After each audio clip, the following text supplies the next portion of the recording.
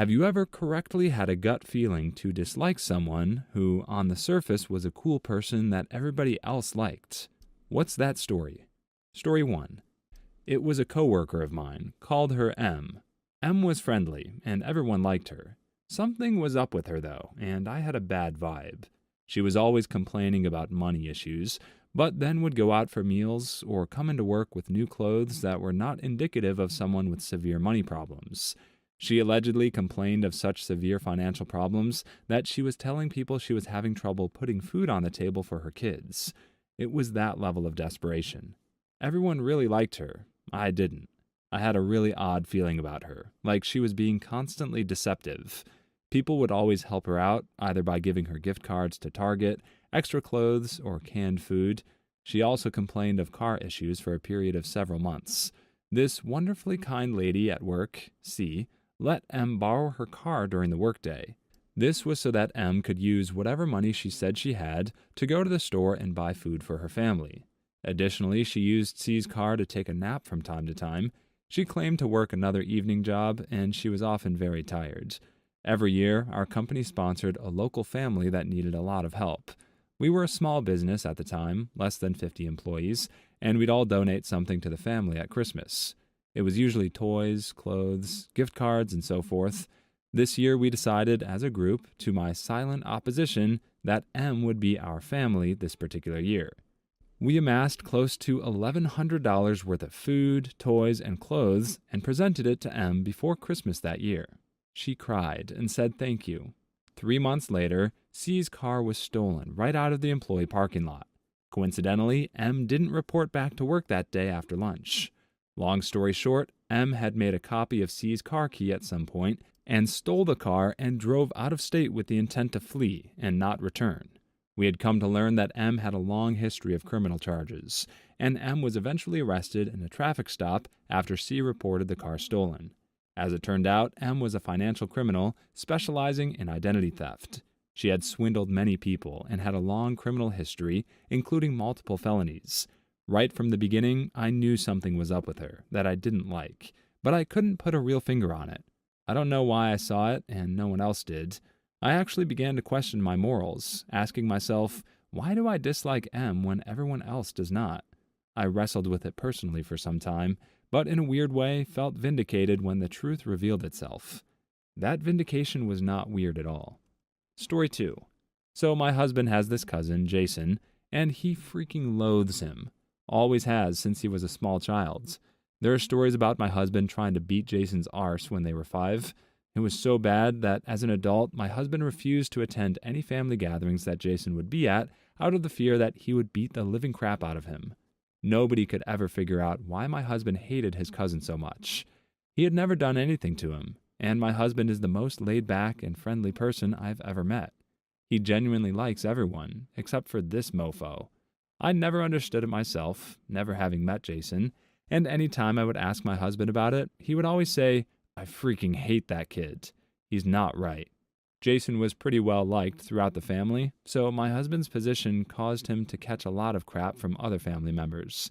I finally got to meet Jason a few years ago at my brother-in-law's wedding, and I saw right freaking out what my husband was talking about. To the casual observer, there was nothing tangible that Jason did that you could put your finger on, but something was off. He would laugh and smile, but the smile didn't go all the way to his eyes. His eyes were just flat and empty, unless he was looking at the girls at the wedding. And when I say girls, I mean children under 10. When he looked at those girls, his eyes lit up with this sick little light.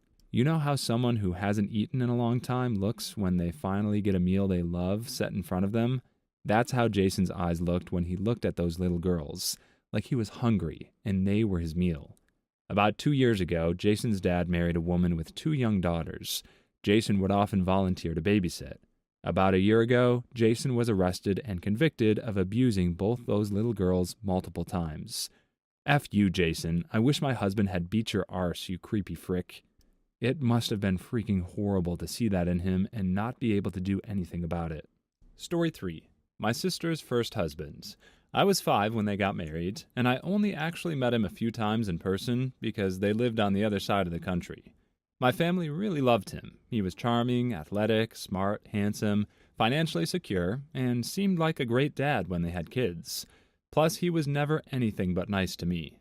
But I always sensed something shady about the guy. When I was in 5th grade, I remember getting in huge trouble for a class assignment, an essay describing our families, in which I described him as a bad person, pretty much word for word. There's something I just don't like about him. It was one of the only times I got spanked as a child. Well, fast forward a couple years, and my parents discovered that he'd been abusive to my sister and the kids almost the whole time. They ended up divorcing, and he's proven to be a complete sociopath ever since. He hadn't paid a dime in child support, despite being well off enough to buy a new luxury sports car every few years, and uses their 2 kids, who are now teenagers who know he's full of crap, to play mind games with my sister, bringing her to court for full custody, knowing he won't win due to his past, just to cause her inconvenience and rack up legal fees for her, just as an example. He also has refused to let the kids fly out to visit our side of the family a few times for no reason whatsoever. He's a butthole, narcissist, complete freaking sociopath, and somehow 10-year-old me was able to sense it before anyone else in my family. Story 4. Sometimes our gut instincts are only sort of right. When I was in 7th grade, there was this girl who was really quiet and sort of creepy, and she smelled like crap, literally. She wore these odd dresses that looked like pioneer dresses, homemade, and she was just, well, creepy. No one talked to her. People tried to avoid sitting next to her. We all gossiped about her as being the epitome of creepiness. Then one day, she was gone. Didn't come to class. The next day, it was all over the news. The police had arrested these horrifically abusive parents who were neglecting and abusing their daughter, and who had kept their younger son locked in a cage his entire life, and never fed him. The younger boy was kept alive by, you guessed it, his older sister. The police were led to the house by neighbors' complaints about the stench. So this poor, smelly girl was suffering abuse from her parents, and all the while sneaking food and water to her little brother, who was literally locked in a cage for years upon years, keeping him alive, and then coming to school, where she would be avoided and mocked behind her back, and sometimes humiliated. She was a weirdo, and our guts all told us there was something wrong there. But she was a freaking hero. Never heard what happened to her after the parents were arrested. I hope she recovers. Story 5. I worked as a CNA in a nursing home during/right after high school. We got a new guy that made a lot of mistakes, and obviously had some cognitive impairments. I'm not sure what was wrong exactly, but it was obvious that he was mentally slow. Some of his mistakes were dangerous, leaving a patient with a feeding tube lying flat, increasing their chance of aspirating food into their lungs, for example. On several occasions, I complained about him to our supervisor, and also vented to my coworkers that I just did not feel right about him. Everyone accused me of not having any compassion. They said he was slow, but that he would get it, and I should be more understanding. They all thought that I was being judgmental because of his disability, but it felt like more than that to me. One night, another CNA went to answer a call light and walked in on him abusing an elderly bedridden woman. He didn't even stop, just held eye contact with the coworker until he was finished. This all happened over 15 years ago. He went to jail, obviously, but I saw him in Walmart last summer, so he's out now. I sure hope he is never able to work in a position to take advantage of vulnerable people ever again. Please like and subscribe if you've made it this far. I hope you'll enjoy the rest of this video and have a wonderful day. Story 6. About 15 years ago, I worked in a small office, mostly men, all who I really liked. A new guy started one day, and instantly I had a bad feeling about him. I don't even know exactly why I felt that way, and all the other people seemed fine with him. So I did my best to be polite and find things to talk to him about. I was in my mid-30s, he was about the same, or a little older, and we both had young sons, so I was able to find some common ground. Apparently, he and his wife didn't live together. She might have been back in his home country, but I could never shake that bad feeling. A year or so later, I had left the company to have my second son, and a friend who had taken my place there called me one morning and said, "Did you read the paper today?" That man had been arrested in another state, apparently having been set up by an FBI sting online, where he had been chatting with who he thought was a 13-year-old girl and was meeting up with her. In the trunk of his car, they found a video camera and rope. Whoa. Story 7. When I played high school football, we had an equipment manager who had been doing the job for decades and was absolutely adored by the community. Guy was in his 70s or 80s. One day I'm ready for a game early, so I head out to the bus that's taking us. I see him loading stuff up, so I offer to help him load a few things. Once we're all loaded on the bus, he walks to me in the back, because I was a cool kid, and hands me a Hostess cupcake in front of everyone as a thank you. He handed me the cupcake, looked me in the eye, and this sense of dread just falls on me. I have no idea why, and everyone's looking at me, so I act normal. I eat the cupcake because I was, and still am, a fat arse, and will eat any cupcake you hand me, and just kinda write off the feeling. That summer, he was arrested for sensually assaulting some 15-year-old girl. I'm pretty sure they thought he did more, but couldn't prove it or something. Story 8. Interviewing a guy for a job, something doesn't feel right, but my interviewing partner really seemed to like him. We get to his portfolio of work, and I see my side project that I worked on alone as one of his websites. So I started asking him questions about it. What challenges he had, how the client was, etc. I let him go on, and then I say, I have to level with you. This is my work. You're showing me my own work. Look at the source near the footer. It has my website in the comments. He went ghost white, and I just sat there. After that, I coached him a little on how not to suck, and he left. We called the contract agency that sent him and let them know. Oh my God, that's amazing. What a total tool. You were super nice to him. Man, that would burn me up so bad, it'd be hard for me to even finish the interview. Story 9. My childhood best friend's mother's boyfriend. He creeped me out, and I hated being over at her house when he was there. Her family went on a ski trip with mine, and my parents both thought he was great, funny, charming, etc. They didn't understand why I didn't like him.